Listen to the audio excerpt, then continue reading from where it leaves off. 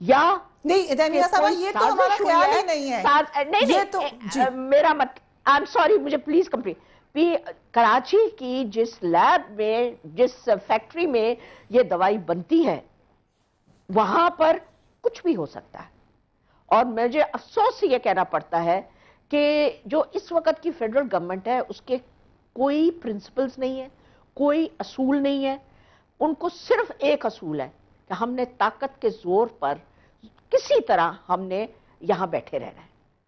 نہ تو اتنے اسکینڈل بن رہے ہیں, اتنے اسکینڈل بن رہے, اتنا سب کچھ. اور دوسری بات ہے, مجھے فخر ہے میاں شہباز شریف پر. وہ شخص یقین مانے رات دن وہ بندہ کام کرتا ہے, اور نہ صرف خود مگر اپنی پوری ٹیم سے کام لیتے ہیں. یقین مانے آپ سوچتے ہیں ہم سارے ان کی ٹیم کا حصہ ہیں. میں ان کی جو ڈیولپمنٹ ہے ملتان ڈویژن کی, وہاں پر میں اس کی پریزائڈ کرتی ہوں. ہم خود لیکن تیمینہ صاحبہ بات سنیے تیمینہ صاحبہ, بات یہ ہے کہ یہ تو سب سوال کرتے ہیں کہ ایک شخص کتنا کام کر سکتا ہے, وہ اس کو ڈیوائیڈ کیوں نہیں کرتے, ان کے پاس ٹیم ہے, کیپیبل لوگ ہیں, تو کیوں انہوں نے سارا بار اپنے کاموں پہ لیا ہوا ہے. Please let me complete. میں اس ٹیم کا حصہ ہوں جو پنجاب گورنمنٹ کی ٹیم ہے. میں وہاڑی کے ہسپتال چیک کرتی ہوں, میں وہاں کی سڑکیں چیک کرتی ہوں, میں ملتان ڈویژن کی سڑکیں چیک کرتی ہوں. اور آپ جا کے دیکھیں کہ اللہ کے فضل و کرم سے ہر جگہ میاں نواز شریف کی, میاں شہباز شریف بھی میاں نواز شریف کے ٹیم کا حصہ ہے, ہم سب میاں نواز شریف کی ٹیم کا حصہ ہے. ہم سب رات دن کام کر رہے ہیں. ہمارے طرف کوئی آئے, کوئی دروازہ کھٹکھٹائے, میں یہ بتانا چاہتی ہوں کہ ہمارے جو دفتر ہیں 3-3 4-4 دفتر, میں یہاں آتی ہوں 3-3 4-4 دفتر کام کر رہے ہیں. ایک شخص نہیں کوئی حکومت چلا سکتا, اور یہ نیا پروپیگنڈا یہ بند کریں. ایک شخص جو رات دن کام کر رہا ہو اور اپنی صحت کی بھی اس کو پرواہ نہ ہو, اور پھر بھی ہم بیٹھ کے صرف criticise for the sake of criticism کریں. آپ کا کیا خیال ہے کہ ہم چاہتے تھے کہ اتنے لوگ مرے, اور اس شخص نے یہ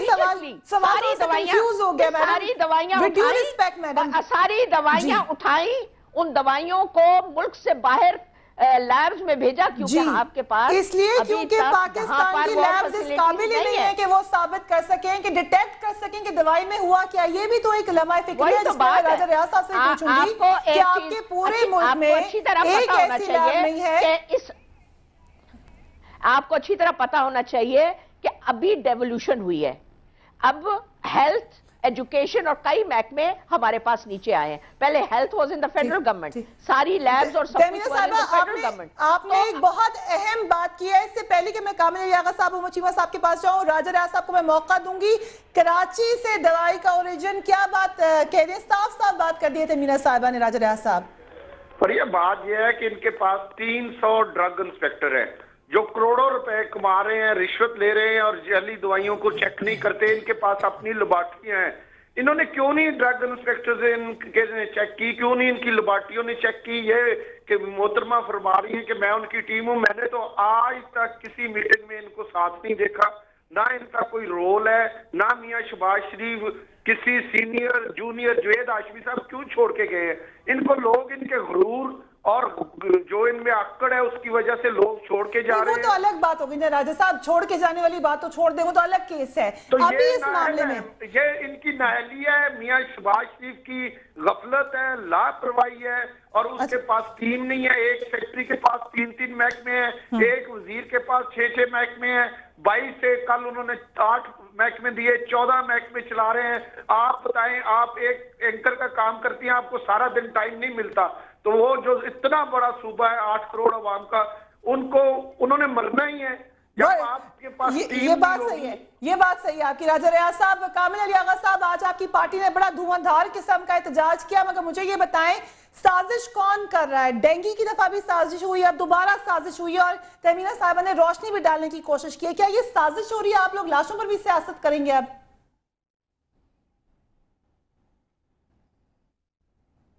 سازش تو میں سمجھتا ہوں کہ پنجاب کے عوام کے ساتھ ہو رہی ہے, اور اتنی بڑی سازش ہو رہی ہے پنجاب کے عوام کے ساتھ کہ آپ دیکھ لیں کہ اتنے بڑے صوبے کی حکومت, اتنے سارے ایم پی ایز, آدھی اسمبلی تو انہوں نے ہمارے بندوں کو لوٹا بنا کے اپنے پاس اپنے بندوں پر میاں صاحب اعتماد نہیں فرماتے اور اکیلے وہ حکومت کر رہے ہیں. ون مین شو ہے اس صوبے کے اندر اور جتنے سینئر قسم کے اور پالشڈ آفیسر تھے وہ اس صوبے سے بھاگ گئے ہیں. اب دیکھیں اگر آپ دیکھیں پرچیز کا ایک طریقہ ہوتا ہے. پرچیز کے وقت جو سپلائی جو آرڈر پلیس ہوتا ہے اس کے بعد سپلائی ہوتی ہے وہ ایک اسپیسیفکیشن کے مطابق ہوتی ہے.